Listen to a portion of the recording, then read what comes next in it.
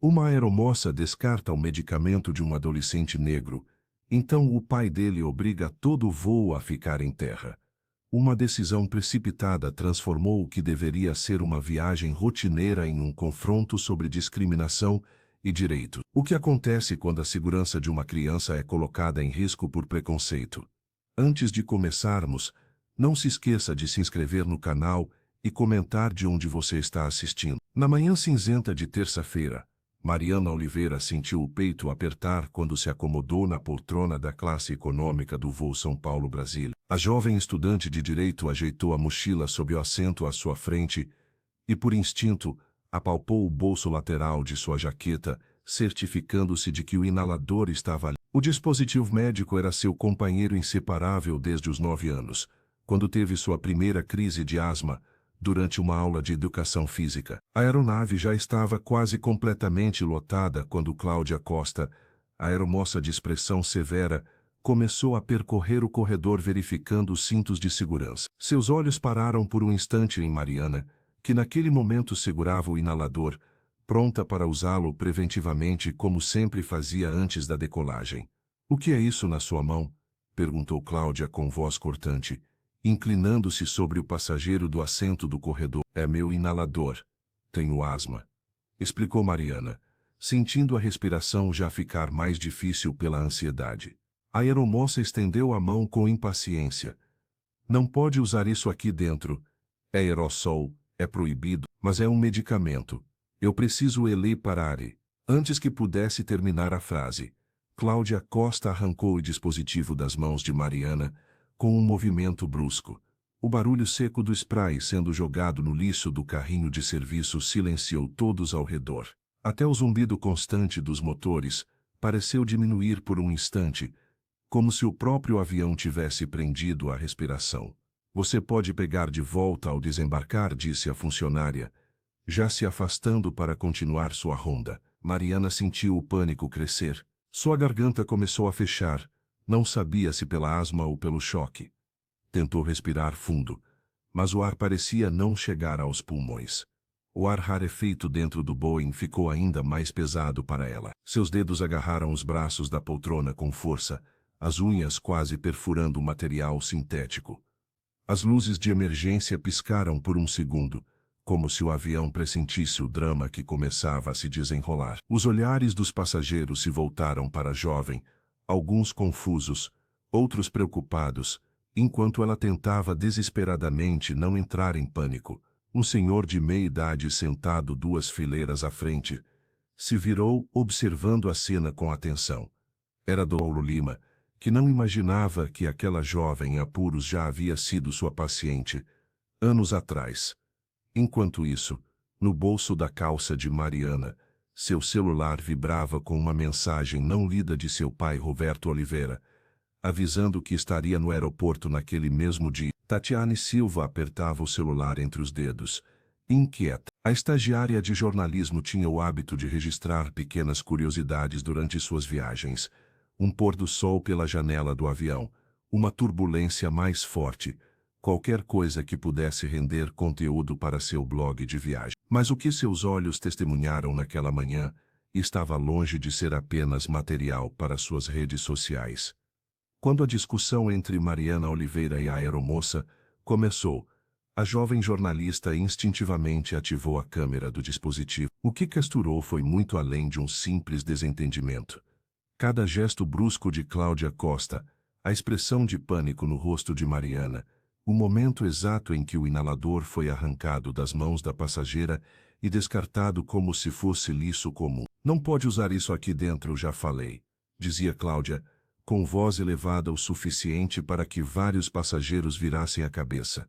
"Mas eu preciso, é meu remédio", suplicava Mariana, o pânico crescendo em seus olhos enquanto lutava para respirar. Tatiane não hesitou em iniciar uma transmissão ao vivo. Suas mãos tremiam, mas manteve o foco na cena que se desenrolava. Os comentários começaram a surgir na tela quase instantaneamente. Primeiro dezenas, depois centenas de pessoas assistindo àquele ato de discriminação em tempo real. "Isso é inadmissível", digitou um espectador. "Por que estão tratando a moça assim?", questionou outro. Ada segundo, Mais pessoas se conectavam à transmissão, compartilhando a indignação que Tatiane sentia. O vídeo mostrava claramente o desespero crescente de Mariana, sua respiração cada vez mais difícil, enquanto a aeromoça se afastava pelo corredor estreito da aeronave, ignorando os apelos da jovem. Alguns passageiros próximos pareciam desconfortáveis, mas ninguém intervinha, apenas observavam, como se assistissem um filme. Em menos de 20 minutos, o vídeo já havia sido compartilhado milhares de vezes. Comentaristas indignados apontavam não apenas para o descaso com a saúde da passageira, mas para o preconceito velado nas atitudes da tripulante. A hashtag Deixem Mariana Respirar começou a aparecer nas mensagens, rapidamente ganhando força nas redes sociais. Tatiane não imaginava que seu registro se tornaria o estopim de uma mobilização nacional. Enquanto o avião permanecia parado na pista, seu vídeo já cruzava fronteiras digitais, levando a história de Mariana para muito além daquele Boeing. A estagiária olhou para a tela do celular, agora repleta de notificações. O contador de visualizações subia vertiginosamente. Naquele momento, ela entendeu que seu papel havia mudado. Não era mais apenas uma observadora, mas a pessoa que deu voz a uma injustiça que, sem seu registro, poderia ter passado despercebida, como tantas outras. Fevereiro chegou com um frio atípico em São Paulo. Roberto Oliveira verificava sua escala, quando notou algo que fez seu coração acelerar. Estava designado como piloto reserva, justamente no dia em que sua filha embarcaria. 25 anos de carreira lhe ensinaram a reconhecer coincidências importantes, e aquela parecia ser uma delas. Após completar seu voo matinal, Roberto desembarcou em Guarulhos, com a sensação de que algo não estava certo. Enquanto caminhava pelo corredor de acesso às salas da tripulação, percebeu um burburinho incomum entre os funcionários do portão de embarque, fragmentos de conversa sobre uma jovem com problemas respiratórios e confusão no voo para Brasília chegaram aos seus ouvidos. O piloto sentiu um aperto no peito. Mariana havia mencionado que viajaria naquele dia, e a descrição coincidia demais para ser apenas coincidência. Ajeitou o quipé uniforme e acelerou o passo em direção ao balcão de informações. Preciso saber o que aconteceu no voo 412, disse ele, mostrando seu crachá funcionar. A atendente hesitou antes de responder. Houve um incidente com uma passageira que insistia em usar um dispositivo não autorizado. Roberto sentiu o sangue gelar.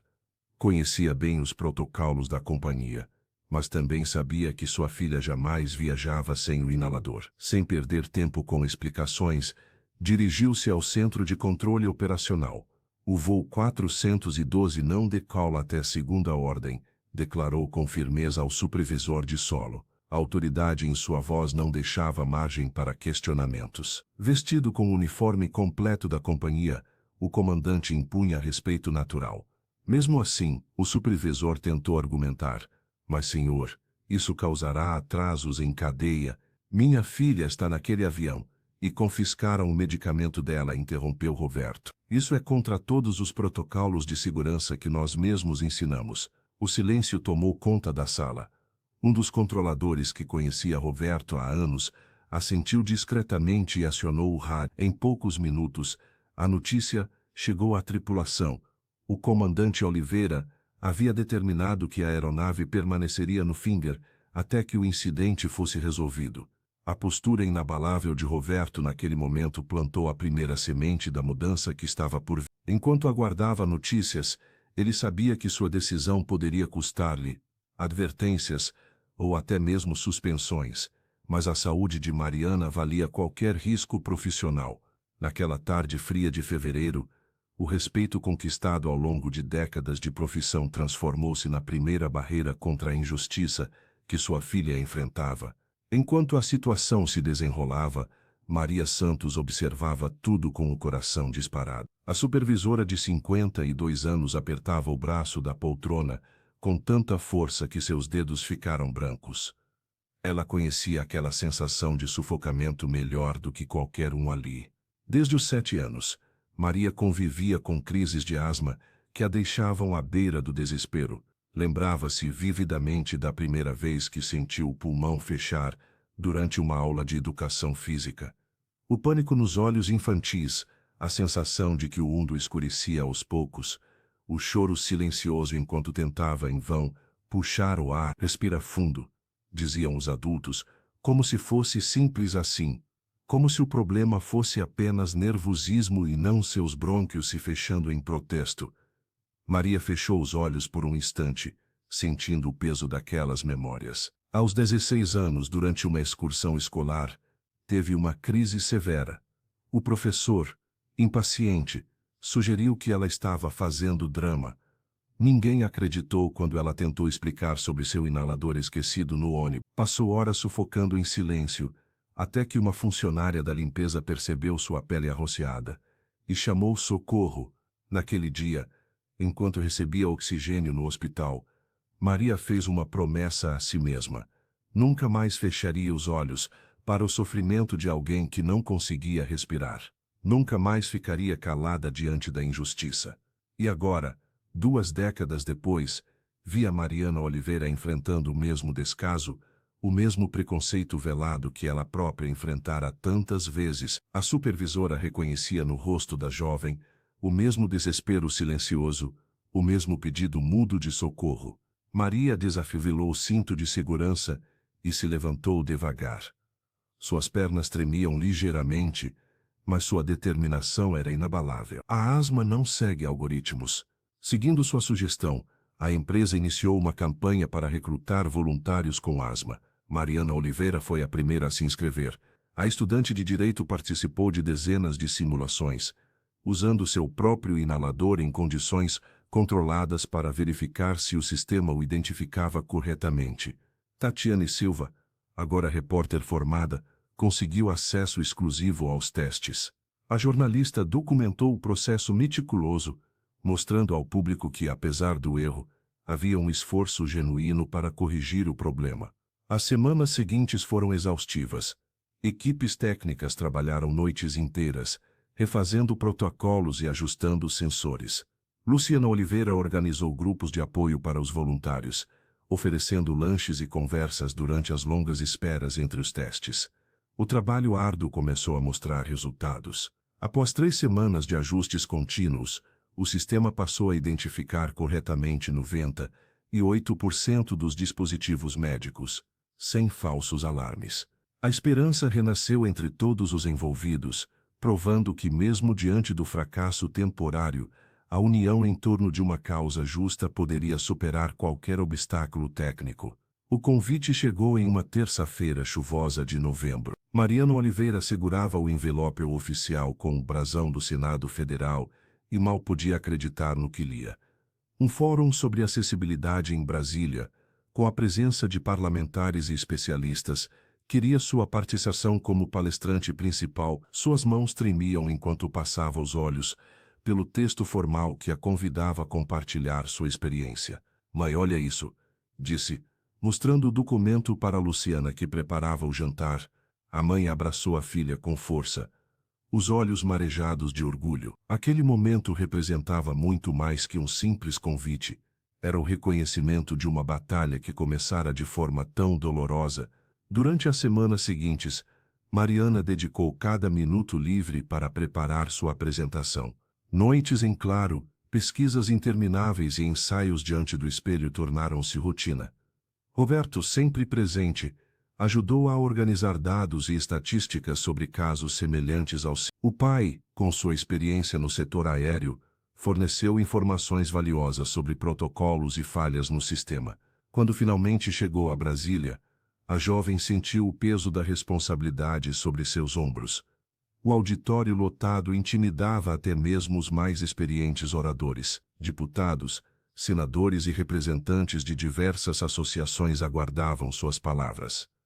Entre a plateia, Mariana reconheceu Dr. Paulo Lima, que viajara especialmente para apoiá-la. "Meu nome é Mariana Oliveira e, há alguns meses, quase perdi minha vida por causa de um inalador confiscado", começou ela, com voz firme apesar do nervosismo. Por 40 minutos, a estudante de direito expôs não apenas sua história pessoal, mas dados alarmantes sobre discriminação no transporte aéreo brasileiro. Apresentou casos documentados, falhas sistêmicas e sugestões práticas para mudanças na legislação. Sua fala, embasada e emocionante, silenciou o auditório. Ao final, 3 senadores a procuraram para informar que trechos de seu depoimento seriam incorporados a um projeto de lei sobre acessibilidade em transportes públicos. Um deputado mostrou-lhe o rascunho de uma emenda que tornaria obrigatório o treinamento específico para tripulações lidarem com passageiros com necessidades especiais. Naquela noite, em seu quarto de hotel, Mariana ligou para casa. Contou à mãe sobre o impacto de suas palavras e como sua dor estava se transformando em mudança concreta. Enquanto falava, percebeu que sua história pessoal havia transcendido o individual. Agora pertencia a uma luta coletiva muito maior. Eu só queria meu inalador de volta, sussurrou ela ao telefone. E acabei ajudando a mudar o país. O auditório do Centro de Convenções de São Paulo estava repleto quando Mariana Oliveira subiu ao palco para a cerimônia de dessamento do aplicativo Passagem Segura. As luzes focaram seu rosto enquanto ela ajustava o microfone, observando a plateia que incluía executivos de companhias aéreas, representantes da ANAC e pacientes com diversas condições médicas. Dezembro sempre foi um mês de recomeços para mim. Começou a jovem, sua voz firme apesar da emoção. E hoje celebramos não apenas um aplicativo, mas uma mudança de mentalidade no transporte aéreo brasileiro. O novo sistema permitia que passageiros cadastrassem seus perfis médicos antecipadamente, garantindo que medicamentos essenciais como inaladores fossem identificados e respeitados durante o embarque. Na primeira fila, Roberto e Luciana Oliveira observavam a filha com orgulho incontido. Há 10 meses, eu era apenas uma passageira desesperada por ar, continuou Mariana, enquanto slides mostravam a interface do aplicativo nos telões laterais. Hoje, estamos transformando aquele momento de humilhação em esperança para milhares de brasileiros. A estudante de direito não mencionou as noites em claro revisando documentos, as reuniões tensas com advogados da companhia aérea, nem as crises de ansiedade que enfrentou nos bastidores. Apenas sorriu ao ver Dr. Paulo Lima acenando discretamente do fundo do salão. O médico que tanto a apoiara agora era consultor oficial do projeto. Este aplicativo não existiria sem a coragem de quem se recusou a se calar, disse ela, olhando para Maria Santos, que deixara seu posto de supervisora para se tornar coordenadora do programa de treinamento contra a discriminação. Após a apresentação, enquanto os convidados experimentavam o sistema em tablets disponibilizados no saguão, Mariana se afastou por um momento. Tirou do bolso seu próprio inalador, o mesmo modelo que Cláudia havia descartado meses antes, e o segurou firmemente. Conseguimos, sussurrou para si mesma, lembrando-se das centenas de e-mails trocados com a equipe de desenvolvimento, das reuniões com a Anvisa para padronização dos dispositivos médicos, e do grupo de apoio que surgira espontaneamente nas redes sociais. Quando voltou ao salão, foi abordada por uma senhora idosa que segurava um pequeno dispositivo para diabetes. Minha neta pode viajar sem medo agora, disse a mulher com lágrimas nos olhos, apertando a mão de Mariana. Obrigada por não desistir. A jovem ativista sorriu, sabendo que cada obstáculo enfrentado valera a pena. O que começara como um ato de discriminação transformara-se em uma revolução silenciosa nos céus brasileiros, provando que a indignação, quando canalizada com determinação, podia realmente mudar o mundo. Apesar dos avanços significativos, Mariana Oliveira começou a perceber que nem todos apoiavam sua luta com o mesmo entusiasmo. Nas rodas de conversa na faculdade de Direito, alguns colegas lançavam olhares desconfiados quando ela entrava no assunto. Você não está exagerando um pouco? Questionou uma colega durante um intervalo. Foi só um inalador, e agora você virou celebridade. As palavras doeram mais do que Mariana esperava.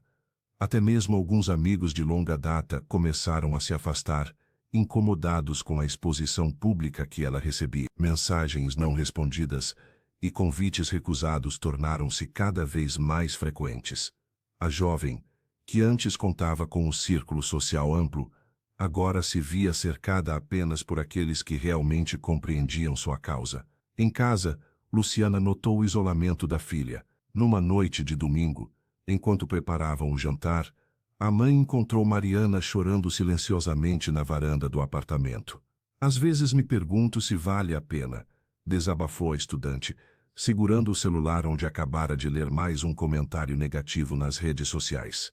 Estou cansada de ser chamada de a menina do avião, como se fosse uma piada. Luciana abraçou a filha com força. Transformar dor em mudança nunca é fácil, disse ela, lembrando como Roberto também enfrentara a resistência de colegas, pilotos que o acusavam de manchar a imagem da companhia. O desgaste emocional se acumulava. Mariana passou a recusar entrevistas e diminuiu sua presença em eventos. Precisava recuperar o fôlego, ironicamente, a mesma sensação que a levara a toda essa jornada. Foi durante esse período de reclusão que ela recebeu uma carta inesperada. Uma senhora de 72 anos escreveu contando como, após conhecer sua história, conseguiu finalmente enfrentar uma empresa de ônibus que a impedira de viajar com seu concentrador de oxigênio. Você me ensinou que respirar é um direito, dizia a carta, escrita à mão em papel perfumado. Aquelas palavras simples reacenderam algo em Mariana. Entre o reconhecimento público e a solidão, entre aplausos e críticas, ela finalmente compreendeu. Lutar por justiça cobrava um preço alto, mas também fortalecia quem não desistia. Na manhã seguinte, a jovem abriu seu caderno e começou a escrever novos planos para a expansão do aplicativo. Cada passo seria dado com a mesma coragem de antes, mesmo diante do medo e do cansaço que agora conhecia tão bem. A cada nova vitória, Mariana Oliveira recordava aquela cena que mudou sua vida. O frio cortante da cabine do avião, o cheiro característico do asfalto molhado em Guarulhos após a chuva fina daquela manhã, e o olhar distante e indiferente de Cláudia Costa enquanto arrancava o inalador de suas mãos. Essas memórias, longe de enfraquecê-la, alimentavam sua determinação feroz de garantir que ninguém mais passasse pelo mesmo desespero. Sentada em seu quarto, cercada por recortes de jornais e mensagens de apoio, a jovem estudante folheava um álbum de fotos da campanha. Cada imagem trazia de volta sensações vívidas, o aperto no peito, não apenas pela asma, mas pelo medo e humilhação. O pânico nos olhos dos outros passageiros, a impotência. Você transformou dor em propósito, disse Luciana certa vez, enquanto ajudava a filha a organizar documentos para uma palestra. E era verdade. O trauma inicial havia se transformado no combustível que mantinha acesa a chama de sua luta. Mariana aprendeu que as cicatrizes emocionais, quando expostas com coragem, podiam iluminar o caminho para outros. Nas noites em que a ansiedade a visitava, ela ainda sentia o fantasma daquela crise. Seu smartphone vibrava constantemente com notificações de pessoas compartilhando experiências semelhantes. Uma senhora de Recife, um adolescente de Porto Alegre, um senhor idoso de Manaus, todos unidos por histórias de discriminação em transportes públicos. Para mudar o mundo, precisamos enfrentar nosso próprio passado, escreveu ela em seu diário. Uma prática recomendada por Dr. Paulo, após perceber os sinais de estresse pós-traumático que a jovem apresentava. Quando visitava o aeroporto para reuniões com a diretoria da companhia aérea, Mariana ainda sentia um aperto no estômago ao passar pelos portões de embarque. O barulho dos carrinhos de bagagem, os anúncios metálicos nos alto-falantes, tudo a transportava momentaneamente de volta àquele dia. Mas agora, ela respirava fundo, literalmente, e seguia em frente. Roberto, seu pai, notou a transformação gradual da filha, de vítima a porta-voz, de passageira assustada a ativista determinada. Ele a observava com orgulho discreto, enquanto ela dava entrevistas, sempre com um inalador visível sobre a mesa, não mais um objeto de vergonha, mas um símbolo de resistência. O sofrimento de Mariana havia encontrado propósito.